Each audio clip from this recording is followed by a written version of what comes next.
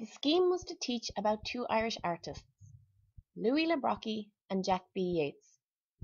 I aimed to do a painting in detail per class. The Family and Portrait of W. B. Yeats by Louis Le Brocquy and Men of Destiny by Jack B. Yeats. My group I was teaching to would be transition years. Therefore, some had done art before and some had not, and there would be a mixed level of interest. I wanted to demystify art for those who had never done it before, and I wanted them to be able to somewhat relate to the artworks. This is why I picked Irish artists, and also artists that are not that long deceased. These artists also have works in the permanent collections in Limerick City Gallery and the Hunt Museum. Also, the artworks I picked, I feel, would intrigue them somewhat, as the people in them were recognizable as people, but were also somewhat distorted and exaggerated, and I hoped this would ignite curiosity in them about the artist's intentions. I also wanted to empower them to look at the artworks for themselves, and to realize it is a process of looking and there is no right or wrong answer. To help the students understand this process of investigation, I compared it to the first time you read a poem. You may not get that much from it, but the more you read it, the more you question it, the more you start to learn and discover. I wanted the students to realize that the art does not have to be daunting. It is like a mode of discovery. You just have to look a little deeper. I wanted the students to gain confidence in their own ability to analyze artworks and provide them with the type of questions and criteria that will enable them to examine the artworks on a more profound level. To do this, after the introduction, I started every class showing them the painting we would be working on, and then gave them out the questions to try and decipher what they could see in the painting themselves before I gave them any information on it. It was also my aim to provide the students with key terminology that they could use to aid them when evaluating the paintings. This terminology would also be key for the answering of exam questions, which I wanted us to have a look at so they could get a sense of what would be expected of them were they to carry on art for the Leaving Cert. These, as an effect, were some of my learning outcomes I wanted for my students. To employ proper artistic terminology in relation to painting, and to be able to evaluate the painting through the lens of subject matter, composition, style, technique, and use of colour. I then wanted the students to be able to formulate these points in an answer to an exam question. I started off each class with a discovery learning sheet which directed questions about the painting. The students were allowed to discuss in pairs, but each student had to write their own answer. They started off general, such as, what can you see? Where are the figures positioned? And got more in-depth and opinion-orientated towards the end, such as, how would you feel if you were in the painting? Or, what do you think is happening in the painting? As they were answering the questions, the painting was projected, and each table had either a book or a postcard-sized image of the painting. We then discussed and called out the answers. I found this way of working very effective, as it got the students involved straight away and got them thinking for themselves. It also instigated a curiosity in them, and they were eager to see how their interpretation compared to others. In the first lesson, we then watched a 5-minute video which gives an analysis of the painting The Family. This was a brilliant resource as it really explained the painting in depth and showed the significance of Le Brocquy as a painter. As the students watched the video, they also had questions to answer about some specific aspects of the work. The questions were very good for directing them to the significant things I wanted them to know.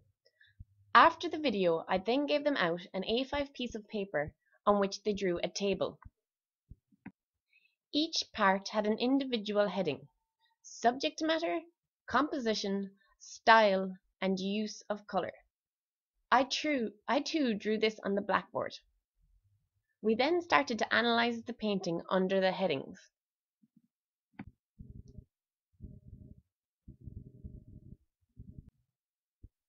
Here I was able to refer back to the video and their discovery learning sheet. For example, what did it say in the video that Brocquy was especially interested in? This was a question I got them to answer, so they knew it was the human condition, and they then wrote this under subject matter. This made the whole analysis very smooth, and I think drew the answers from them rather than me telling them. I did a mix of direct and indirect questioning, trying to ask easier questions to specific students and more difficult questions to the group. As I got to know my group, I knew the students who I could ask more higher order questions to challenge them, and who should be given easier questions to give them refocus and enthuse them. I also read a few extracts from books I had on Brocquy and on Yeats. I always tried to read out a relevant quote from the artists themselves, as well as from a critic, to help them gain a sense of the artist. In my last class, I found handing the book to a student who I knew did not mind reading and getting them to read out the paragraph was an effective way to get them interested and involved, and it was easier for them to read and put it in better context than simply having it projected. These descriptive passages were quite advanced, but I felt they were necessary, especially for the more advanced students, to gain a sense of the descriptive language used when writing about art. One girl in my first class had ADHD, and I knew she had trouble concentrating. Here I found the fact I had a mixed range of activities of writing, discussion, and video very useful for keeping her attention. She was also very responsive during the discussion, and I feel the fact she was given the opportunity to talk benefited her and kept her engaged. An unexpected hurdle happened when my class of transition years switched. This meant I had one group for one class of art history and another group for the other two, and I only found this out when I had my first class. I then never got to formally assess my first class as I had intended, for I never got to see them again after that one class. For the other classes, I assessed them the week after their class by giving them an exam question to do in class. They only had to write bullet point answers as not to consume too much time. The questions asked them to analyze the paintings under the same criteria that we looked at: style, composition, subject matter, and use of color, and also to give some background information on the artist as well as naming the paintings. The students did quite well in their answer. If students were stuck, I did remind them of some of the questions that may help put them in the right direction. I wanted the students to realize that it wasn't just about learning off or knowing the answers. They could answer it for themselves by examining the painting. The assessment rubric was 5 marks for naming the painting and the artist, 10 marks for background information, 25 marks for analysis under the headings, and 10 marks for a sketch. However, when I was giving the test, I decided against making them do a sketch because of time restrictions. I then gave these extra marks to analysis of the painting under the headings. I also gave them 10 marks for their discovery learning sheets, marking them for their thought and effort that was put and their ability to express an opinion. If I was to do the lessons again,